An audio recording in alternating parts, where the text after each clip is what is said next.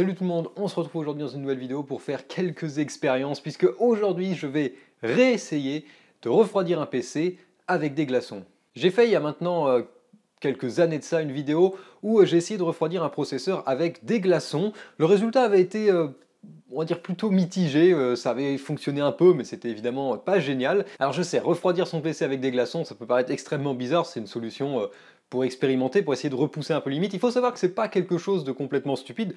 En fait, ça se fait même dans certains cas avec alors, soit des glaçons, soit de la glace carbonique, où on va utiliser ça pour refroidir un processeur. Alors généralement pas directement, c'est-à-dire qu'on utilise par exemple une boucle de water cooling et on plonge le radiateur dans un seau avec de l'eau et de la glace et ça va permettre de refroidir donc la boucle de water cooling et d'atteindre des températures inférieures à la température ambiante, voire inférieures à zéro. Évidemment, je vais faire les choses un petit peu différemment de ce que j'ai fait il y a 2 ans, même peut-être 3 ans de ça maintenant. Et d'ailleurs, je vais m'inspirer d'un concept qui vient pas de moi, mais qui vient de la chaîne américaine Major Hardware, où il y a maintenant quelques temps de ça, il a converti un ventirad pour le transformer en water cooling. En fait, il a utilisé un ventirad, il a construit un aquarium en quelque sorte autour pour pouvoir faire circuler de l'eau et voir ce que ça donne. Et les résultats n'étaient pas si mauvais que ça. C'est pas extraordinaire, mais c'est déjà pas mal. Donc le concept était génial, même s'il est assez simple, et je trouve bizarre que personne n'avait eu cette idée-là finalement avant. Donc on va essayer de faire quelque chose d'un petit peu similaire aujourd'hui, puisque ça tombe bien. J'ai un ventirad qui va nous servir pour cette expérience, c'est un ventirad donc de chez Arctic pour processeur AMD, c'est un truc que j'ai récupéré il y a des années de ça à la déchetterie. Ça fait des années surtout qu'il est sur une étagère à prendre la poussière. Notamment un problème qu'il y a, c'est que le ventilateur est un peu fatigué et c'est un ventilateur propriétaire donc on ne peut pas le remplacer par quelque chose de standard et c'est lui qui va servir de cobaye pour la vidéo d'aujourd'hui. Ce que je vais faire maintenant c'est que je vais vous rapprocher un peu d'une carte mère et je vais vous expliquer un petit peu le plan. Comme mon ventirad est exclusivement compatible AMD, on va être obligé d'utiliser une plateforme AMD, donc pour commencer je vais utiliser ma K9N Neo qui a d'ailleurs été sous pas mal d'expérience maintenant, elle a servi pour pas mal de choses. Donc ça va être juste pour vous illustrer pour le moment, je pense pas que c'est elle qui va servir à l'expérience d'aujourd'hui. Voilà un peu l'idée, si on prend le ventirad, qu'on construit une boîte autour étanche, avec le dessus ouvert. Ça devrait permettre à la chaleur d'être évacuée du processeur, dissipée par les ailettes dans l'eau et ensuite absorbée par les glaçons. Évidemment, il y aura besoin d'un système pour vider l'eau, d'avoir un trop-plein, il faudra remettre des glaçons dedans, mais c'est un petit peu l'idée. Également, ce qui serait bien, c'est d'avoir un système pour faire circuler un petit peu l'eau à travers les ailettes pour forcer un peu la dissipation. Mais en gros, vous avez à peu près l'idée de base. Donc retirez éventuellement quelques ailettes parce que les ailettes du bas sont courbées, parce que normalement ça permet au ventilateur de souffler sur les VRM. Donc enlevez ces ailettes jusqu'à arriver sur une ailette plate, construire un socle, une sorte de base, construire des murs autour pour créer une sorte de bac avec assez de place pour mettre des glaçons d'un côté et un trop-plein de l'autre. Je pense que c'est à peu près ce que je vais essayer de faire. Le problème c'est que maintenant il reste à concevoir tout ça.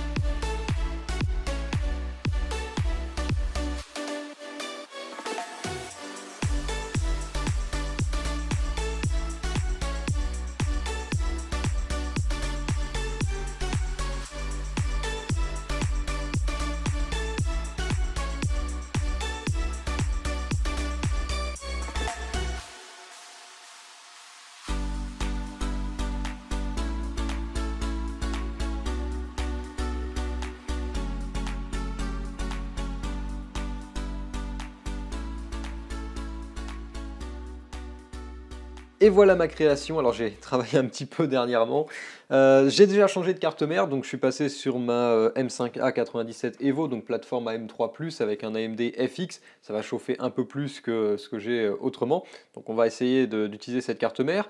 Deuxièmement, donc j'ai transformé un peu le ventirad et j'ai créé cette boîte que, je sais pas, on peut appeler, alors j'ai pas trouvé de nom encore pour ce truc là, je pense l'appeler le CPU Aquarium, mais c'est pas encore tout à fait sûr. Donc l'idée elle est assez simple, j'ai tout simplement transformé le ventirad en aquarium en fait.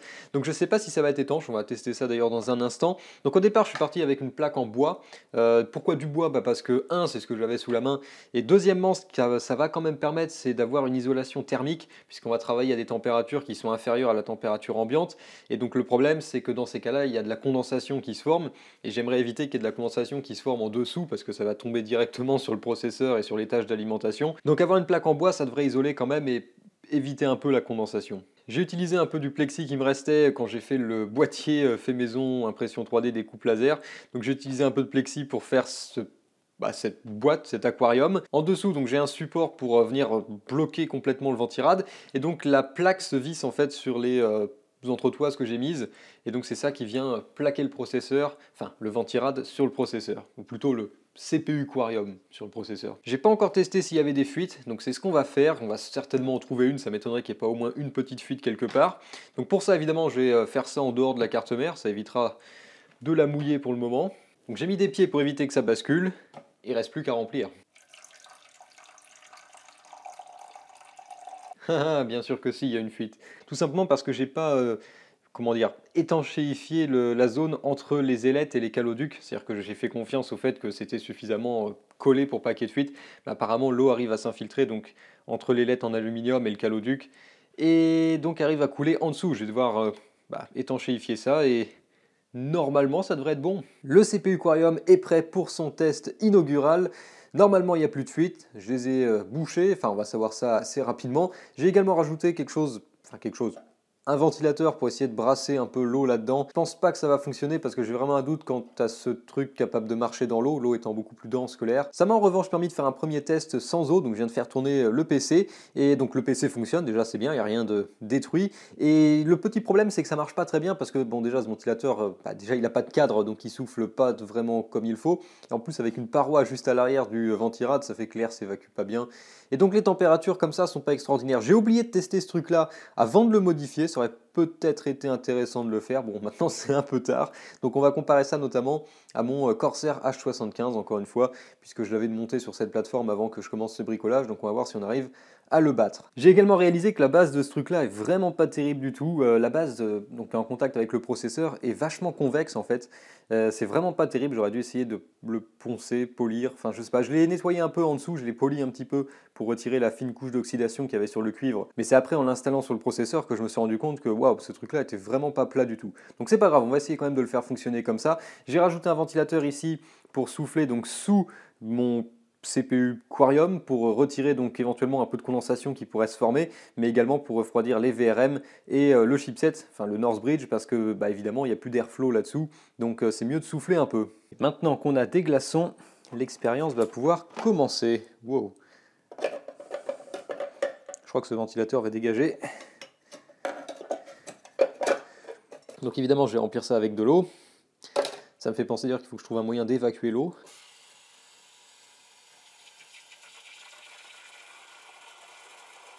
Je pense qu'on est bon niveau fuite, donc on va pouvoir mettre ça en route. C'est parti. CPU fan erreur. Je vais l'attacher un peu mieux que ça. On va dire qu'il ne s'est rien passé juste avant. Premier essai, c'est parti. Alors désolé, ça va être un petit peu bruyant. Pour le moment, j'ai un CPU fan error, ce qui est normal. On a un ventilateur qui n'est pas vraiment OK. Et on est dans le BIOS. On est sous Windows, je vais vous montrer ça. Là-haut. Ça va être plus simple si je ramène directement l'écran derrière. Donc on est bien sous Windows 10. On va aller voir les températures. Alors, ce qu'il faudrait que je fasse sans doute, c'est circuler l'eau à l'intérieur. Je vais utiliser ma petite pompe et la rejeter de l'autre de manière à forcer une circulation. 17 degrés sur les cœurs, 0 sur le processeur. On est vraiment pas mal. Oh putain. Les sondes de température du processeur descendent pas en dessous de 0, donc on a 0 degrés sur package et core. Et au niveau CPU, enfin donné par la carte mère, on est à 13 degrés. Donc on est plutôt pas mal pour le moment. Donc Windows a l'air d'avoir fini de démarrer, l'utilisation processeur se stabilise. Donc maintenant on va pouvoir charger le processeur et voir jusqu'à quelle température on grimpe. Ok, c'est parti. On se stabilise autour de 15 degrés 5. Je vais quand même faire un petit check pour voir s'il n'y a pas des fuites, ce serait peut-être une bonne idée. Je sais pas ce qui est le plus incroyable, les températures ou le fait qu'il n'y a pas de fuite. Donc pour information, je suis sur un AMD FX 6300. Pour le moment, on est à fréquence et tension stock, donc sans overclocking. Au niveau des fréquences, on est à 3,5, 3,8. Donc c'est un processeur qui est normalement de base à 3,5, qui a un turbo à 3,8 et qui est capable de monter à 4,1, je crois, sur seulement un ou deux cœurs. Donc pour le moment, on a l'air bon côté fréquence. Je vais attendre 15 minutes pour donc avoir la même durée que ce que j'ai fait comme test avec le Corsair H75. On verra donc les températures à ce moment-là. Et ensuite, on pourra essayer de pousser un petit peu plus haut. Enfin, s'il me reste des glaçons. Ok, je vais arrêter ce test-là. Donc ça fait maintenant un peu plus de 11 minutes. Je vais pas aller jusqu'à un quart d'heure parce que les températures sont à peu près stabilisées. Il suffit de rajouter un peu de glace, elles redescendent et elles remontent. Enfin, c'est assez logique en fait.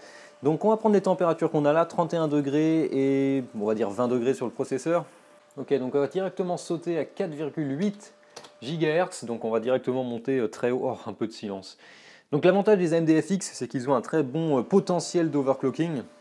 C'est pour ça que même encore aujourd'hui, si on veut s'amuser, c'est des processeurs qui sont assez intéressants. Bon, ils ne vont jamais battre de records en performance, mais en fréquence, ils peuvent. D'ailleurs, c'est eux qui détiennent les records de fréquence. Donc j'évacue une partie de l'eau de temps en temps pour diminuer un petit peu le niveau. Donc j'utilise ma pompe et je pompe l'eau en dehors du bac.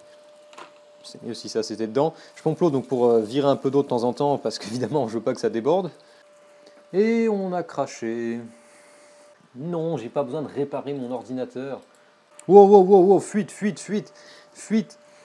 Il pleut sur la rame, c'est pas une bonne chose. Je pense que c'est pas vraiment une fuite. Plus moi qui ai mis de l'eau à côté en manipulant le tuyau. Et peut-être aussi pourquoi est-ce que notre overclocking n'est pas stable. Merde, comment je peux enlever ça?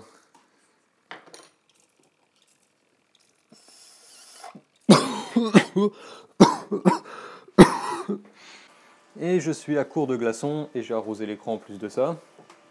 Donc on est reparti, 4,6 GHz, 1,48 volts. Voyons voir ce que donnent les fréquences.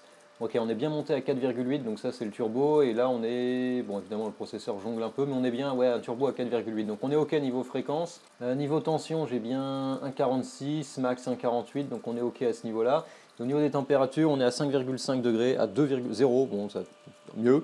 Et on est à 17 degrés relevé par la carte mère, donc on est plutôt pas mal niveau température encore une fois. Donc on va pouvoir restresser le processeur, je suis complètement à court de glaçons, donc le mieux qui me reste à faire c'est ça. Oh, on a crash. Je vais quand même revérifier qu'on n'ait pas de fuite ni de condensation là-dessous, on sait jamais. On a de la condensation directement sur les caloducs. Et on a une goutte d'eau sur le processeur. Vous pouvez absolument rien voir, mais au niveau des caloducs, ce qui brille un peu au fond là-bas, c'est une goutte d'eau qui vibre un peu sur le processeur parce que les caloducs sont pleins de condensation. Donc évidemment, il faudrait isoler tout ça. Ok, les températures commencent à nouveau à grimper parce qu'évidemment, j'ai plus beaucoup de glace. Alors j'ai mis ce que je pouvais. Donc on va essayer de faire un dernier test, 4,6 GHz, 4,8 avec le turbo. J'ai remonté la tension, je suis carrément monté à 1,5 volts sur le processeur. C'est un peu beaucoup, mais bon, on va voir ce que ça donne. C'est parti. Donc on est déjà à 28 degrés sur le processeur, 29, 30, ça grimpe vite.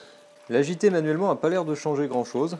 Bon bah je crois que j'ai plus qu'à attendre que toute la glace est fondue et on va pouvoir arrêter la petite expérience pour aujourd'hui. Ça va être tout pour l'expérience d'aujourd'hui, toute la glace a fondu. Il reste un tout petit bout de glaçon, les températures commencent à repartir évidemment, 47 degrés sur carte mère, 44 sur les cœurs et le package. Donc bon, je vais être obligé de m'arrêter pour aujourd'hui parce que j'ai plus de glaçons. Alors je crois que j'ai bien une fuite sur le côté là, j'ai une goutte d'eau qui vient encore tomber juste à côté de la barrette de RAM. Donc je vais être obligé d'arrêter ça assez rapidement, d'autant plus que je commence à avoir pas mal de condensation, plus que ce que j'aimerais au niveau du processeur. Donc on va éteindre ça avant qu'il se passe quelque chose de catastrophique. Le silence. Donc voilà, ça va être tout pour aujourd'hui. Donc mon petit FX 6300 a eu le droit à quelques glaçons aujourd'hui. Mais bref, je pense qu'il est l'heure d'une petite conclusion et de vous donner quelques résultats. Comme vous le voyez, le refroidissement au glaçon fonctionne. Et je pense qu'on peut dire que cette version-là de mon bricolage de refroidissement est largement supérieure à ce que j'avais fait la dernière fois.